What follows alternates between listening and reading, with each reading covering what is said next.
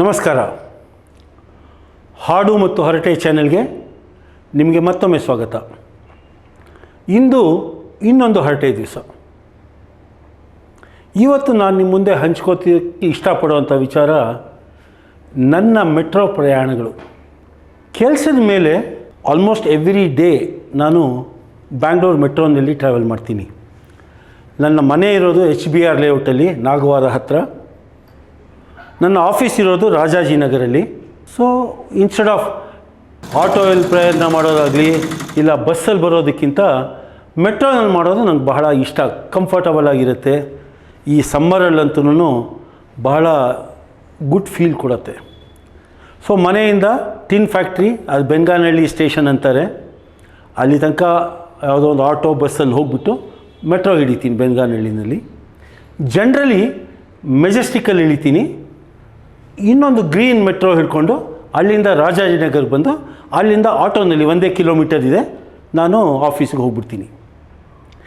ಈ ರೀತಿ ಟ್ರಾವೆಲ್ ಮಾಡುವಾಗ ನನಗೆ ಒಂದು ಅಭ್ಯಾಸ ಇದೆ. I love watching people.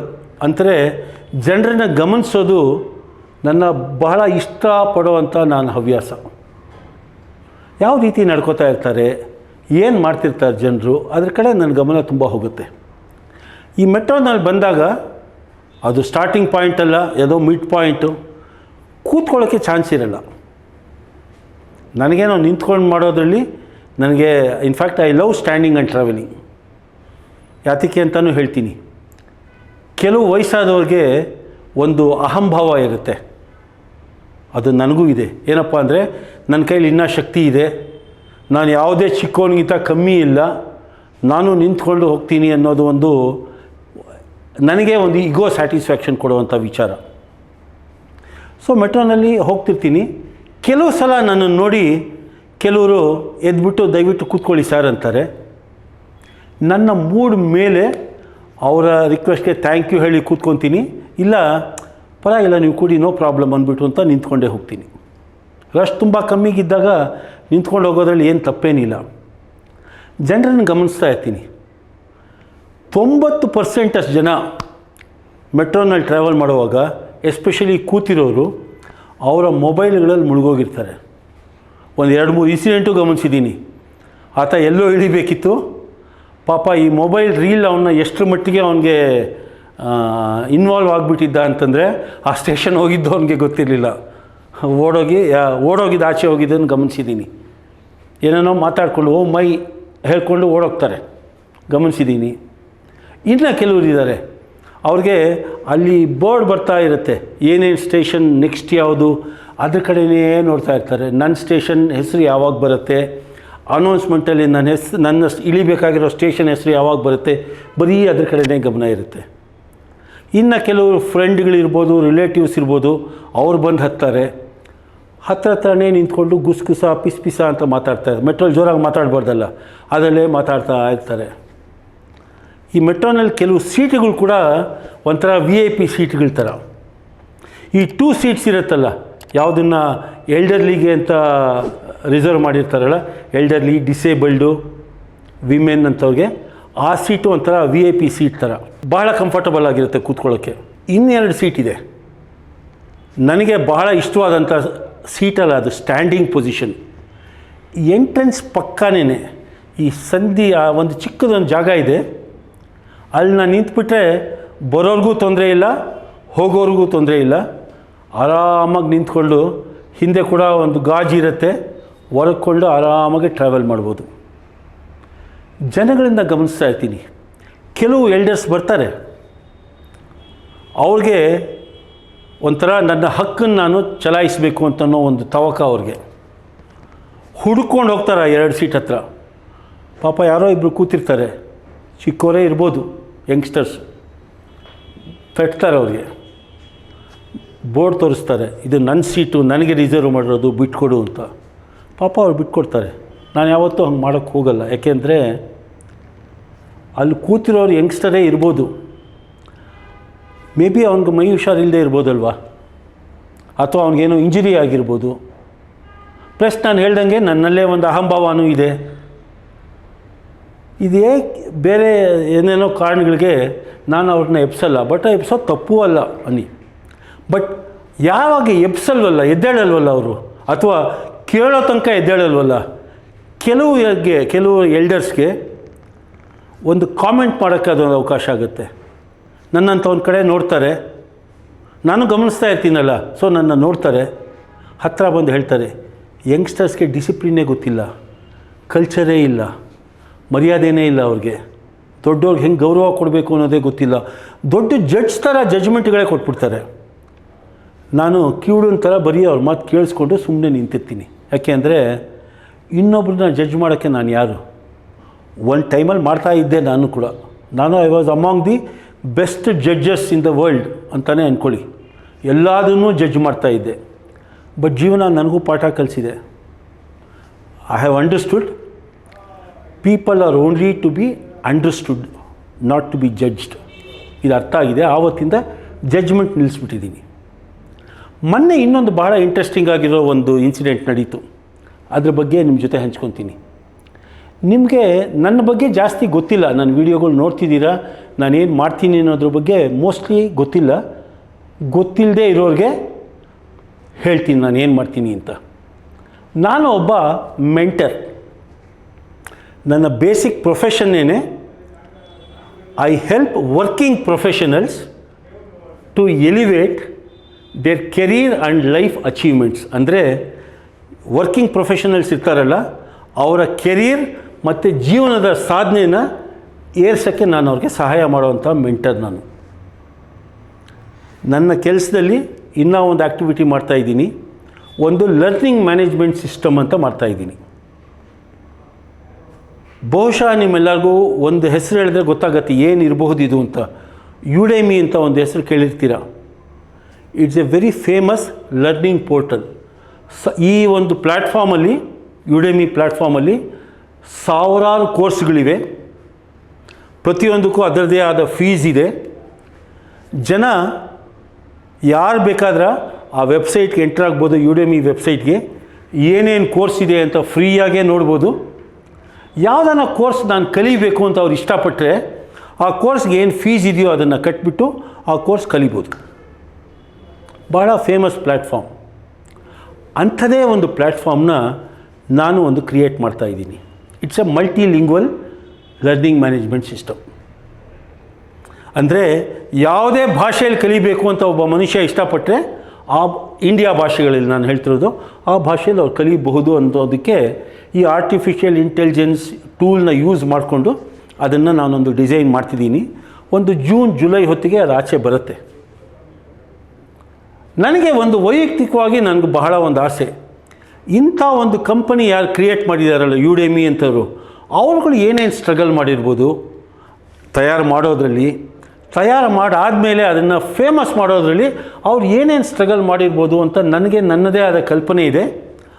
ಅವರುಗಳನ್ನೇ ಕೇಳಿಬಿಟ್ರೆ ನನ್ನ ಕಲ್ಪನೆಗೂ ಒಂದು ಕ್ಲಾರಿಟಿ ಬರುತ್ತೆ. ಆದರೆ ಇವರು ಎಲ್ಲಿದ್ದಾರೆ ದೇವ್ರಿಗೆ ಪ್ರೀತಿ, ನನಗಂತೂ ಗೊತ್ತಿಲ್ಲ.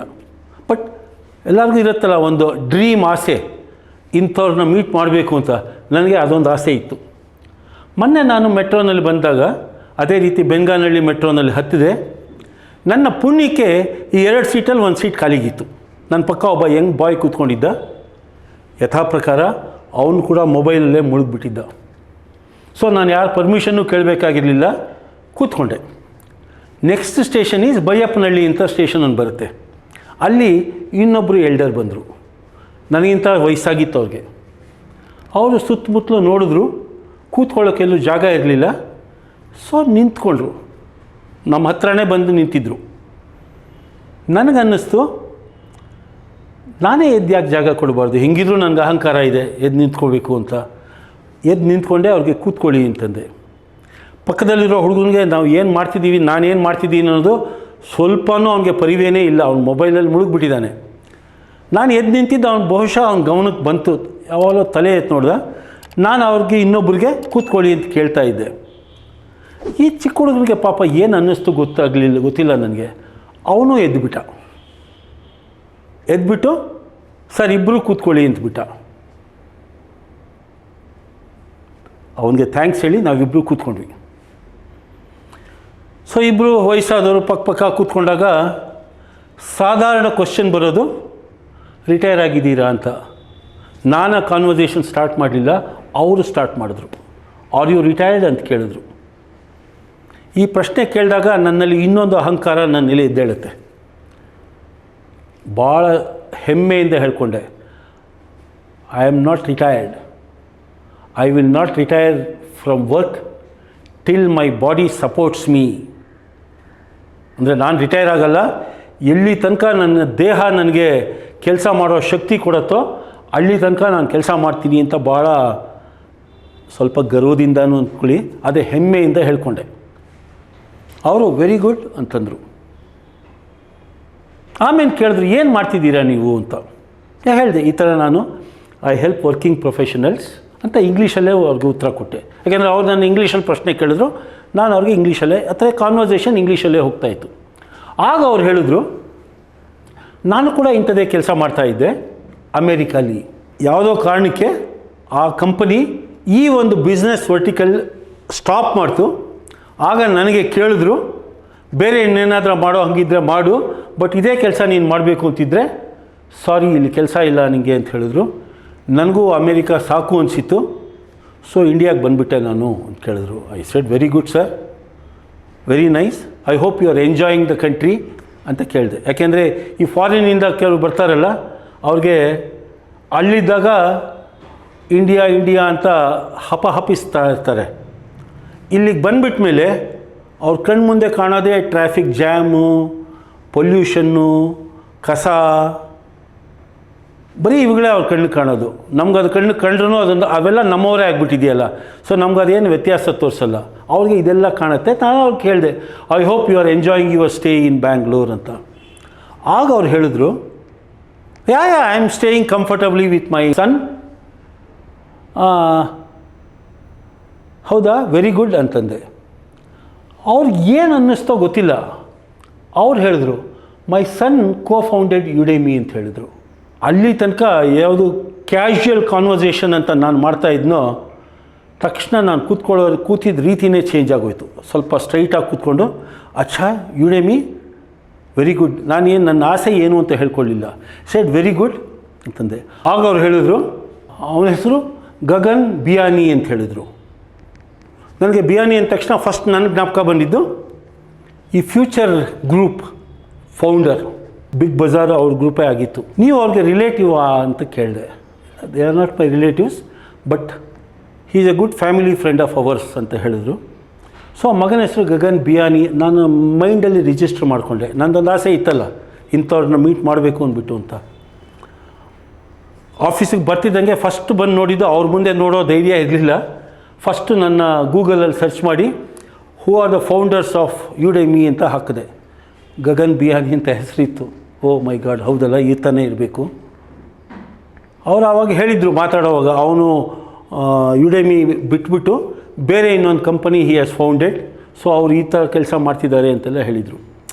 ಇಷ್ಟೆಲ್ಲ ಎಕ್ಸಾಂಪಲ್ ನಾನು ಯಾತಕ್ಕೆ ನಿಮಗೆ ತಿಳಿಸಿದೆ ಅಂತಂದರೆ, ಈ ಮೆಟ್ರೋ ಜರ್ನಿ ಇದೆಯಲ್ಲ, ಅದು ನಮಗೆ ಕೊಡೋವಂಥ ಎಕ್ಸ್ಪೀರಿಯೆನ್ಸ್ಗಳ ಬಗ್ಗೆ ಮಾತಾಡೋಕ್ಕೆ ಮಾತ್ರ. 10 ಗಂಟೆ ಮ್ಯಾಕ್ಸಿಮಮ್ 45 ಮಿನಿಟ್ಸ್. ಈಗ ಒಂದು ತುದಿಯಿಂದ ಇನ್ನೊಂದು ತುದಿಗೆ ಬಹಳ ಕಂಫರ್ಟಬಲ್ಲಾಗಿ ಹೋಗ್ಬಿಡ್ಬೋದು. ನಮ್ಮಲ್ಲಿ ಬಹಳ ಜನ ಆ ಒಂದು ಜರ್ನಿನ ಸೈಲೆನ್ಸಲ್ಲೇ ಕಳೆದುಬಿಡ್ತಾರೆ, ಅಥವಾ ಅವ್ರದ್ದೇ ಯೋಚನಾ ಲಹರಿಯಲ್ಲೇ ಕಳೆದುಬಿಡ್ತಾರೆ.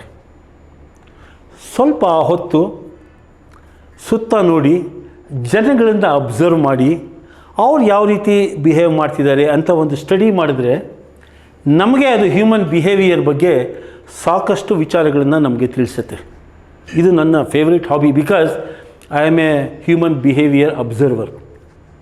That's my profession. ಇದರಿಂದ ಭಾಳ ಕಲ್ತಿದ್ದೀನಿ.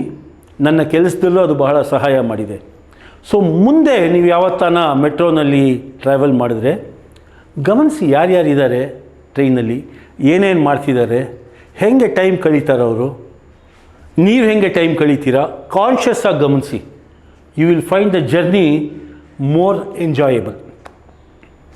ಇನ್ನೊಂದು ವಿಚಾರ ನಾನು ಹೇಳಕ್ಕೆ ಬಂದಿದ್ದು, ನಮ್ಮಲ್ಲಿ ಎಲ್ಲರಿಗೂ ಒಂದು ಹಿಡನ್ ಡಿಸೈರ್ ಅಂತ ಇರುತ್ತೆ.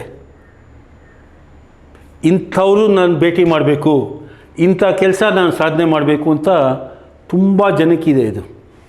ಯಾವಾಗ ಇದು ಬಹಳ ಸ್ಟ್ರಾಂಗ್ ಆಗಿ ನಮ್ಮನ್ನು ಕಾಡ್ತಾ ಇರುತ್ತಲ್ಲ, universe will support you in getting that introduction. ಯಾವ ರೀತಿ ನನಗೆ ಇನ್ನೂ ಆತನ ನಾನು ಭೇಟಿ ಆಗಿಲ್ಲ, ಆದರೆ ಈ ತಂದೆ ನನ್ನ ಮೀಟ್ ಮಾಡಿದ್ರಲ್ಲ, ಅವರ ಫೋನ್ ನಂಬರ್ ನನಗೆ ಸಿಕ್ತು. ಅವರಾಗವರೇ ವಿ ಹ್ಯಾವ್ ಸ್ಟಾರ್ಟೆಡ್ ಕಮ್ಯುನಿಕೇಟಿಂಗ್. ನಾನು ಬಿಸ್ನೆಸ್ ಬಗ್ಗೆ ಮಾತಾಡ್ತಿಲ್ಲ, we are generally talking how is life. But some day ಬರುತ್ತೆ, ನನ್ನ ಪ್ರಯತ್ನ ಇಲ್ದಿರೇನೆ universe will help me in putting me in front of that gentlemen Gagan Biyani. ಆಗ ನನ್ನ ಆಸೆ ಏನು, ನನ್ನ ಕೆಲಸ ಏನು ಅನ್ನೋದ್ರ ಬಗ್ಗೆ ಅವ್ರ ಹತ್ರ ಏನು ಮಾತಾಡಬೇಕು ಅನ್ನೋದು ನನ್ನ ಮೈಂಡಲ್ಲಿ ಈಗಾಗಲೇ ರಿಜಿಸ್ಟರ್ ಆಗಿಬಿಟ್ಟಿದೆ. ಮಾತಾಡ್ತೀನಿ. ಯಾವ ರೀತಿ ಅವ್ರು ನನಗೆ ಐಡಿಯಾಸ್ ಕೊಡ್ಬೋದು, ಯಾವ ರೀತಿ ಅವ್ರ ಸಹಾಯ ತೊಗೋಬೋದು, ನಿಸ್ಸಂಕೋಚವಾಗಿ ತೊಗೊಂಡು ನಾನು ಮಾಡಬೇಕು ಅಂದ್ಕೊಂಡಿರೋ ಕೆಲಸನ ನಾನು ಸಾಧನೆ ಮಾಡ್ತೀನಿ. ಇದೆರಡು ವಿಚಾರನ ನಾನು ಐ ಥಾಟ್ ಟೀಕೆ ಲೆಟ್ ಮಿ ಶೇರ್ ಇಟ್. ಹೆಂಗಿದ್ರು ಇದು ಹರಟೆ ಕಾರ್ಯಕ್ರಮ ಅಲ್ವೇ, ಅದಕ್ಕೇನು ದೊಡ್ಡ ಸಬ್ಜೆಕ್ಟೇ ಅಂತಲೇ ಇರಬೇಕು ಅಂತಲ್ಲ. ನಮ್ಮ ಡೈಲಿ ಲೈಫಲ್ಲಿ ನಡೆಯುವಂಥ ವಿಚಾರಗಳ ಬಗ್ಗೆ ನಾವು ಮಾತಾಡಿದ್ರೆ ವಿ ವಿಲ್ ರಿಲೇಟ್ ಇಟ್. ಏನು ಅಜೆಂಡಾ ಇಲ್ಲ, ಏನು ಪರ್ಪಸ್ ಇಲ್ಲ, ಸುಮ್ಮನೆ ಹಿಂಗಾಡಿ ಎಂದಿದ್ದು ನಿಮಗೆ ತಲುಪತ್ತೆ ಅನ್ನೋ ಒಂದು ಹೋಪಿಂದ ಈ ಒಂದು ಎಕ್ಸ್ಪೀರಿಯೆನ್ಸ್ ನಿಮ್ಮ ಮುಂದೆ ಹಂಚ್ಕೊಂಡೆ. ಬಟ್ ಇದರಲ್ಲಿ 2 ಲೆಸನ್ ಕೂಡ ಇದೆ. ಒಂದು, ಅಬ್ಸರ್ವ್ ಪೀಪಲ್. ಜನಗಳ ಸ್ವಭಾವದ ಬಗ್ಗೆ ನಮಗೆ ಜಾಸ್ತಿ ಅರಿವಾಗುತ್ತೆ. ಯಾವಾಗ ನಮ್ಮಲ್ಲಿ ಒಂದು ಡಿಸೈರ್ ಅನ್ನೋದು ಬಹಳ ಸ್ಟ್ರಾಂಗ್ ಆಗಿರುತ್ತೋ, ಯೂನಿವರ್ಸ್ ವಿಲ್ ಹೆಲ್ಪ್ ಅಸ್. ಈತ ಯಾರು ಅಂತ ನಂಗೆ ಮುಂಚೆನೂ ಗೊತ್ತಿರಲಿಲ್ಲ. ಅವರೆಲ್ಲೋ ಅಮೇರಿಕಾದಲ್ಲಿದ್ದವರು ಯಾತಕ್ಕೆ ಬೆಂಗಳೂರಿಗೆ ಬಂದರು, ನಾನು ಟ್ರಾವೆಲ್ ಮಾಡ್ತಿದ್ದ ಟ್ರೈನಲ್ಲೇ ಬಂದರು, ನಾನು ಕೂತಿದ್ದ ಸೀಟ್ ಪಕ್ಕನೇ ಬಂದು ನಿಂತ್ಕೊಂಡ್ರು, ಹೆಂಗೆ ನಾವಿಬ್ಬರು ಪಕ್ಕ ಕೂತ್ಕೊಂಡ್ವಿ. ಇದು ಗಾಡ್ಸ್ ಡಿಸೈನ್ ಅಂತಲೇ ನಾನು ಅಂತೀನಿ. ಇದೆಲ್ಲದರ ಮಧ್ಯೆ ಆ ಹುಡುಗನ ನಾನು ಮರೆಯೋಕ್ಕೆ ಇಷ್ಟಪಡಲ್ಲ. ಯಾಕೆ ಅಂದರೆ ನಾವು ಯಾರೂ ಅವ್ರಿಗೆ ರಿಕ್ವೆಸ್ಟ್ ಮಾಡಲಿಲ್ಲ. ಬಹುಶಃ ಮುಂಚೆ ಮೊಬೈಲಲ್ಲಿ ಮುಳುಗಿಬಿಟ್ಟಿದ್ದ, ಅವ್ನಿಗೆ ಗೊತ್ತಿರಲಿಲ್ಲ. ಯಾವಾಗ he became aware that another gentleman is standing and I am offering my seat to him ಅಂತ ಯಾವಾಗ ಆತನಿಗೆ ಗೊತ್ತಾಯಿತೋ, ಟಕ್ ಅಂತ ಎದ್ದು ನಿಂತ್ಕೊಂಡ, ಇಬ್ಬರಿಗೂ ಚಾನ್ಸ್ ಕೊಟ್ಟ. ಯಾವ ರೀತಿ ನಾವು ಒಳ್ಳೆ ಥರ ಯೋಚನೆ ಮಾಡಿದ್ರೆ ನಮಗೆ ಹೆಂಗೆ ಒಳ್ಳೆಯದಾಗುತ್ತೆ ಅನ್ನೋದಕ್ಕೆ ಇದು ಇನ್ನೊಂದು ಉದಾಹರಣೆ. ಸೊ ಇಷ್ಟನ್ನ ನಿಮ್ಮ ಮುಂದೆ ಹಂಚ್ಕೊಂಡೆ. ನಿಮ್ಗೆ ಇಷ್ಟ ಆಯಿತು ಅಂತಂದರೆ ಯಥಾ ಪ್ರಕಾರ ನಂದು ಸೆಲ್ಫಿಶ್ ರಿಕ್ವೆಸ್ಟ್ಗಳು 2. ಒಂದು, ಲೈಕ್ ಮಾಡಿ, ನಿಮ್ಮ ಮೆಟ್ರೋ ಅನುಭವನ ಹಂಚ್ಕೊಳ್ಳಿ, ಮತ್ತು ಇದುವರೆಗೂ ಸಬ್ಸ್ಕ್ರೈಬ್ ಮಾಡಿಲ್ಲ ಅಂದರೆ ದಯವಿಟ್ಟು ಸಬ್ಸ್ಕ್ರೈಬ್ ಮಾಡಿ. ನಿಮ್ಮ ಅಮೂಲ್ಯ 10-12 ನಿಮಿಷನ ನನ್ನ ಜೊತೆ ಕಳೀರಿ. ನಿಮಗೆ ಖಂಡಿತ ಡಿಸಪಾಯಿಂಟ್ ಅಂತೂ ಮಾಡಲ್ಲ. ಇದು ನನ್ನ ನಿಮಗೆ ಪ್ರಾಮಿಸ್ ಕೊಡೋದು. ಇದೇ ರೀತಿ ಮುಂದಿನ ಸಂಚಿಕೆಯಲ್ಲಿ ಭೇಟಿಯಾಗೋಣ. ಅಲ್ಲಿವರೆಗೆ ನಮಸ್ಕಾರ.